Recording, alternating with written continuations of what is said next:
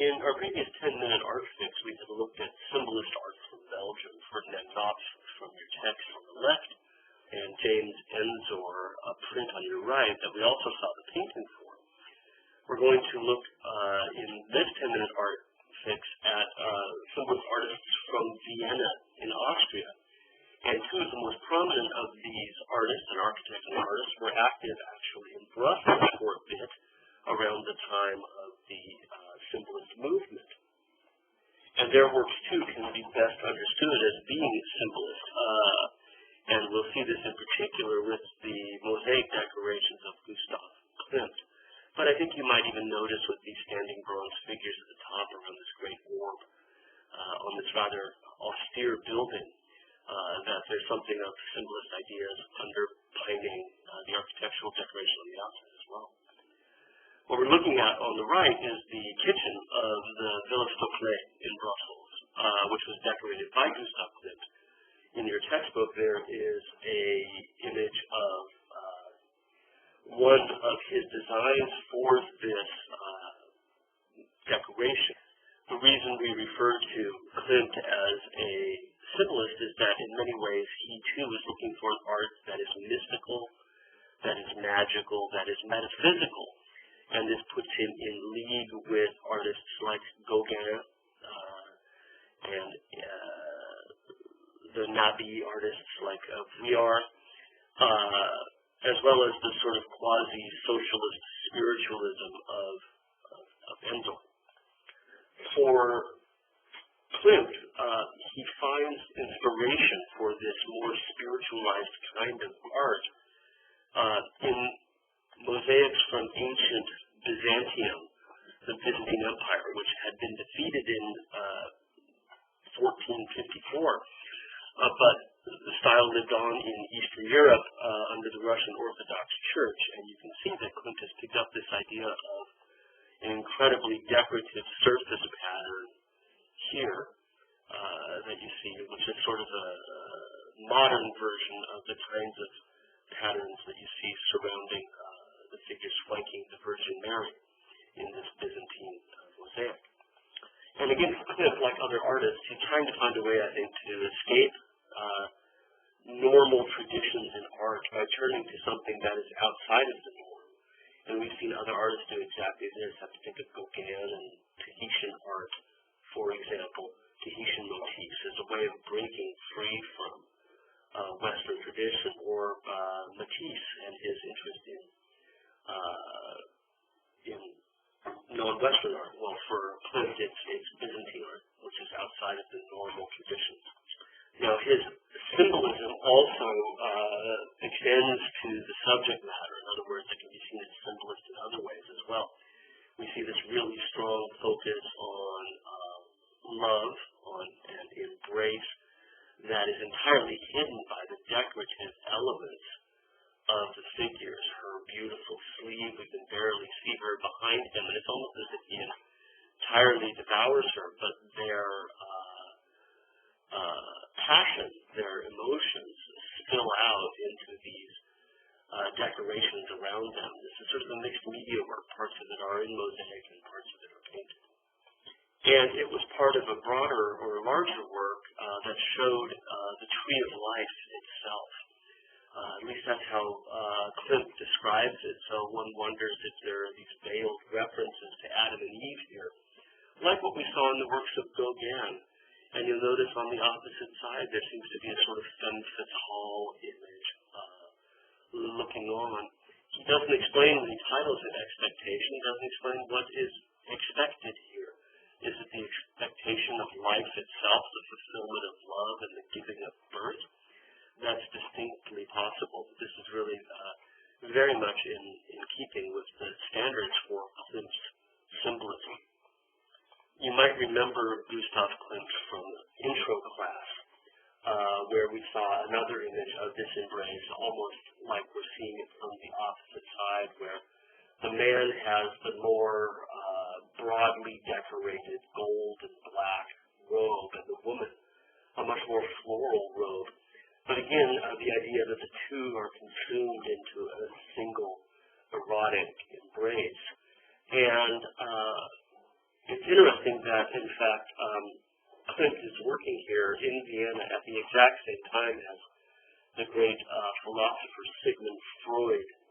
And many people mentioned that his approach to art, where our true emotions, and in particular our ideas about love and intimacy, are veiled or sublimated, as Freud said, under this mask of decoration. That's really almost perfectly in keeping with what Freud had written about, how our subconscious is where our true emotions lie, but it's hidden behind these veils that we have put up for ourselves. And the idea of getting back to something primal, for Freud, was a way of getting in touch with our deepest emotions. And in many ways, Klimt, I think, shows us these strong, erotic undertones, but buried beneath this facade, this visual metaphor, I think, for many of Freud's ideas. Now, in Vienna, these artists, who can be seen as their symbolist movement, were part of a group called the Secession movement, the Vienna Secession. They seceded, in other words, they withdrew from the art academy there in the 1890s and formed their own group and built their own exhibition hall, which still stands today by Albrecht here on the left, and they mounted shows to their works. If we look at the decorations on the building, from this gilded orb of leaf-like forms on the roof to, again, these plant motifs on the side, we have that same quasi-mystical approach to nature that we saw in Klimt's mosaics in Brussels. To push home this mysticism, above the doorway on the front, we have more gilded plant forms framing the door, which you can only barely see at the bottom here. And you'll notice here that it says on the side, sacred truth, there, sacred in Latin. And then in German, up at the top, to each age its art, to art its freedom. This was their motto under which they exhibited. And Klimt is part of this movement, breaking free again from the past. And the idea that they succeeded from the art movement is obviously a symbol of that.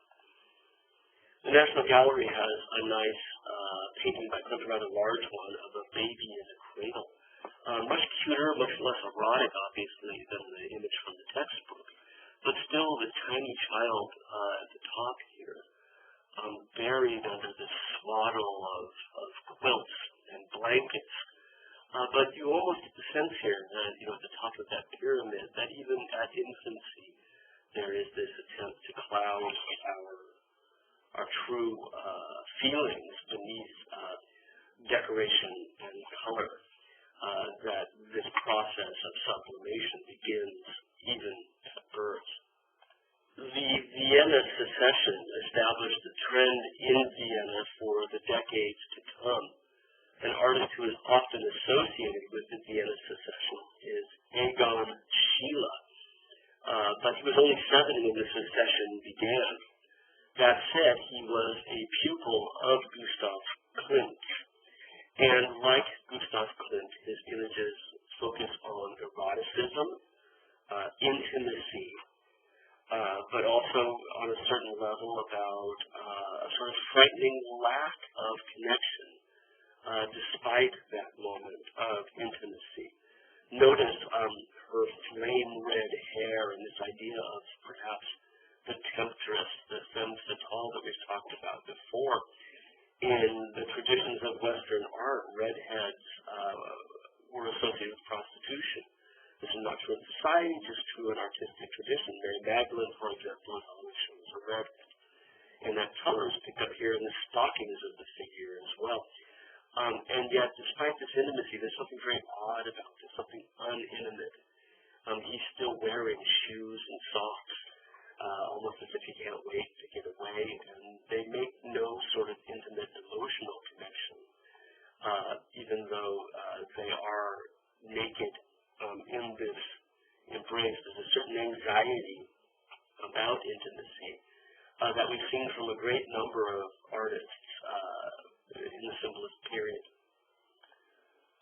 We have a nice Egon Schiele print in the National Gallery, and you can see that his works are in many ways the antithesis of Klimt, even though they share some of his interest in eroticism and anxiety. They are very kind of anti-decorative. They're very stark. And at the same time, Schiele has this terrific line quality. So here, this image of sorrow is a woman, her legs spread apart in the dark down below, probably intended to be menstrual blood flowing out toward the edge of the etching, the dry point. Schiele's works are really quite arresting and frank in their depictions of eroticism, and in fact he was arrested and imprisoned for these immoral images at one point in his life, and eventually died when he was only 20 years old in 1918 at an outbreak of the Spanish flu. Well, that's the end of this 10-minute screencast. We'll be back for more later.